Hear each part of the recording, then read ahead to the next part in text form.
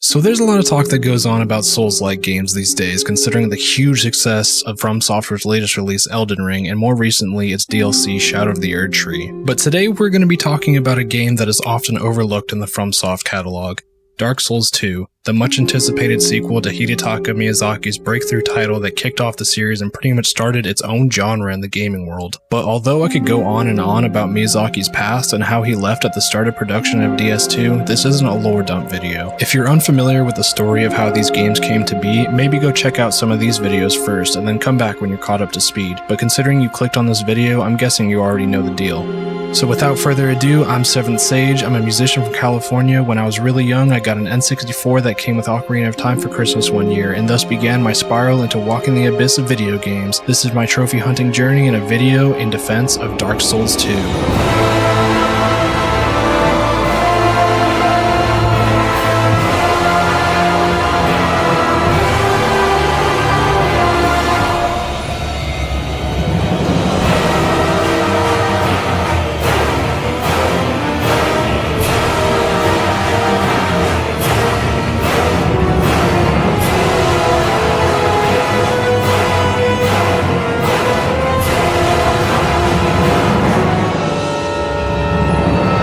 Dark Souls 2 is notorious for being considered the black sheep of all the Souls games, but during my time acquiring all the trophies across 2.5 subsequent playthroughs, I'm here to tell you, it's actually really good.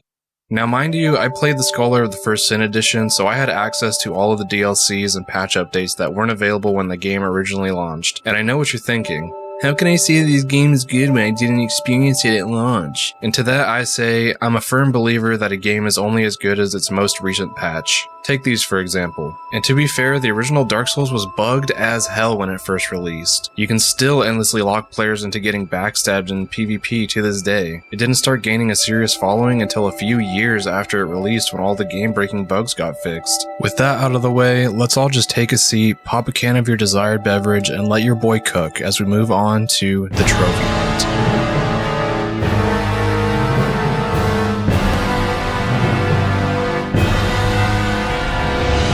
Despite being considered the most difficult games to beat by a wide margin of people, the trophy list in Dark Souls 2 is pretty meh in my opinion. Most of it you will just acquire naturally by playing through the game, joining covenants, and beating bosses. Literally the first trophy I got was from dying, which happens a lot in this game. However, the difficulty in this trophy hunt comes from having to play through the game twice, farming for sunlight medals and PvP kills to get max rank in these 2 covenants so you can buy spells from them, and then getting to a certain point in your 3rd playthrough so you can also buy spells that are only sold by this random ghost dude after beating the game a 2nd time. Thankfully, if you take your time in the first playthrough, clearing out all the enemies in each area, which by the way is a feature only available in this game, basically you kill an enemy 13 times and it stops spawning, giving you the ultimate freedom to backtrack for any items or NPCs you might have missed. I understand why people might not like this feature because it limits the amount of souls you can gain in a playthrough, but I love it. It made the learning curve at the beginning so much easier. This strategy requires a lot of patience, but I only did this for about the first quarter or so of my playthrough, and I still ended up overleveled by the end. And if you're really hurting for souls that bad, you can always burn a bonfire aesthetic, which pretty much spawns new enemies and puts that area into New Game Plus difficulty. Or, you know, if you have access to online play and are playing with a friend, just dupe those soul chunks, baby. But you didn't hear that from me. And don't let my standard of difficulty make it seem like this trophy hunt was a walk in the park, because it wasn't. This game is still a Dark Souls game, and it took me roughly about 80 hours to complete while playing cooperatively. But coming from the perspective of someone who is attempting to trophy hunt the Resident Evil series, yeah, this is much easier. So now that you know what you're getting into, let's talk about the Kingdom of Drangleic, and how it stacks up against the first game.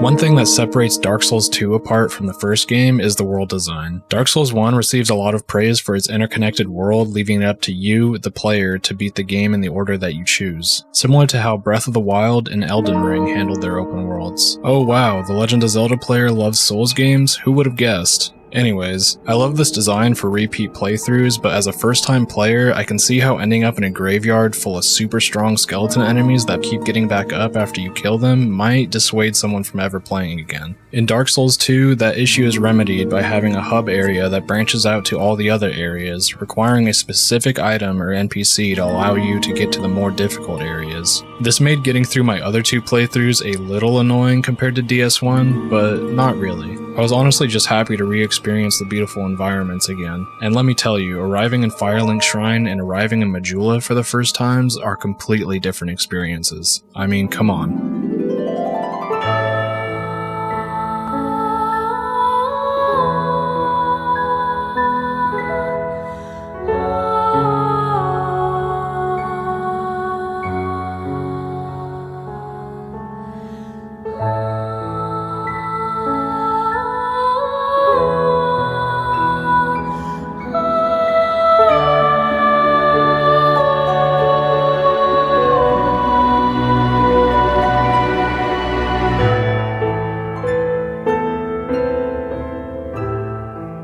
If I had one negative thing to say about Dark Souls 2, which isn't even a negative really, it is that this game is long. Like, I'm talking, I killed 41 bosses in this game. That is almost double compared to DS1's 26. And just to address the elephant in the room, I know Elden Ring has more. I know. I fought all of them. But Elden Ring was designed to be a game that each player has a different experience in. You're not supposed to fight everything in one playthrough. I mean, I did, but we'll save that for another video. And a lot of bosses in Elden Ring are just repeat fights with different movesets and different conditions. Not in Dark Souls 2. Almost every single boss is different. And by almost, I mean there's this knight guy that seems to have a grudge on you and will randomly spawn throughout a few areas, this dragon rider guy who calls his older brother to jump you for beating him the first time, and then a blue version of this flame dude that you have to fight through 3 rooms full of these bullshit sorcerers that kept making my armor too heavy to wear. That one pissed me off. Minus 10 points. But besides that, I thought all the bosses were pretty unique. You've got questionable looking face giant, a conjoined pirate, Jabba the Hutt from Star Wars, Scorpion Mommy, rats. Okay, that last one was a joke. Shelob from Lord of the Rings, the Balrog from Lord of the Rings, this frog guy. All bangers, honestly. But by the end of my first playthrough, I was done. I had my fill and I was ready to move on. My only saving grace from being completely burnt out from all the boss fights was the fact that I was so overleveled I was beating every single boss on the first try. Not the DLC ones though. Those were actually a little challenging. I had never done a full strength build before Dark Souls 2 and oh man, it's gonna be hard to resist temptation to do the same in Dark Souls 3. But since we're on the topic, let's talk about the weapons.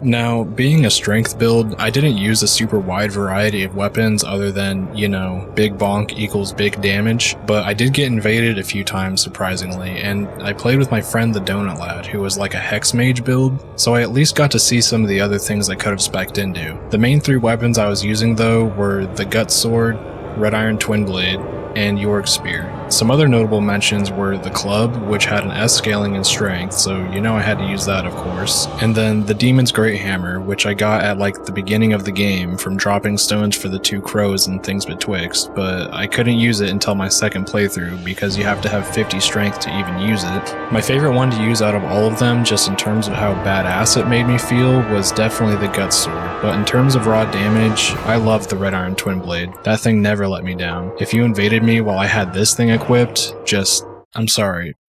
I don't know what else you want me to say. On the topic of PvP though, that brings us to our next segment.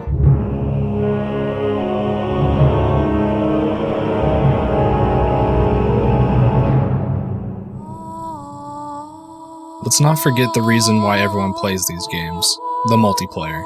Whether you're just taking your friend through their first Souls game, summoning a random to help you beat a really hard boss, or clowning on someone with your super meta build that you looked up online and then emoting on them like you just hit a 360 no-scope with no attachments against Ninja in Fortnite. The online community is surprisingly still alive.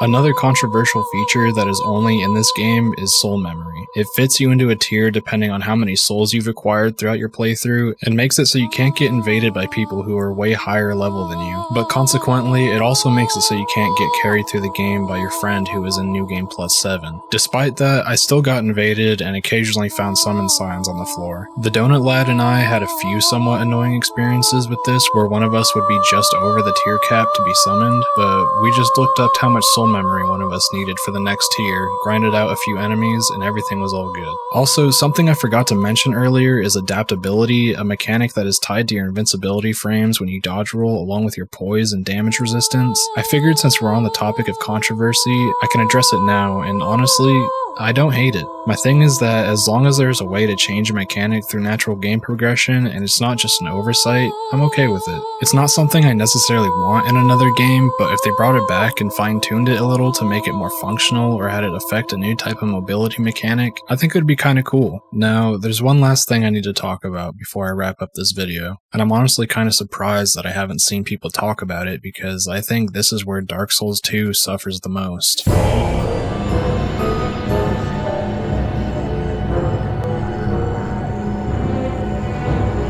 Dark Souls 2 has its critics, and those critics are entitled to their opinions. Without them, we probably would have never got this re-released updated version of the game, or the critically acclaimed Dark Souls 3 that returned to its roots with the foundation laid by DS1. For me though, I think my biggest gripe with this game, the thing that let me down the most, was the final boss. Fighting Gwyn in DS1 was just so cool and epic, like you finally fought your way to the dude, and you feel like a badass when you parry that first move that he always starts with. But, I don't know, the final boss in DS2 was just okay to me. If you paid attention to all the NPC dialogue, it's not like a surprise when they show up or anything. Maybe I was just too over level by the time I got there, or maybe the DLC bosses numbed me to the difficulty. But the boss fight was just too easy. Even in New Game Plus, I was like, this is it? Oh, and that goes for the secret final boss too. That was just annoying because you couldn't hit them during a certain time without taking damage, so you're constantly running back and forth just to hit them. But besides that, I still think Dark Souls 2 is a great game. I had just as much fun in this one as I did in any other Souls game, and I actually had a couple people join my stream and tell me this was their favorite Dark Souls game. At the end of the day, I made a lot of memories with my friend and with my stream, and that's all I really wanted. After beating my second playthrough, progressing to the point that I could open the Shrine of Winter, it was time for my trophy hunting journey to end. I only had one obstacle left to overcome. I had to reach Castle Drangleic.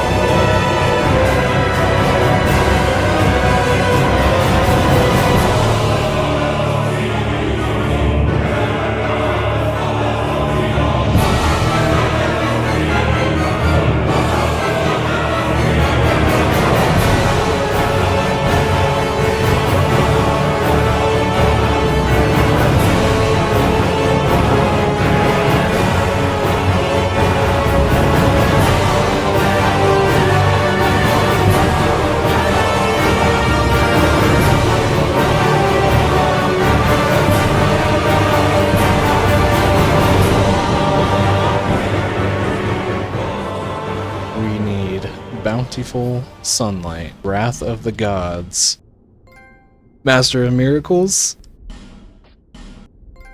Master of Pyromancy, and... Yes! Yes, bro. There it is. Thanks for joining me and listening to me ramble on about Dark Souls 2. It really means a lot. This is my first time making a video like this, and I don't even know if the YouTube algorithm will take the video. But if you stuck around to the end and you're hearing this right now, I hope you enjoyed it. I would really like to make more videos like this as I continue my trophy hunting, so maybe leave a like and a comment letting me know your favorite thing about Dark Souls 2. I don't know what people like to talk about in the comment sections, but if you say anything, I'm sure I'll see it and do my best to reply and return the like for you. So yeah, until next time, happy hunting, and I'll catch you guys later. Peace.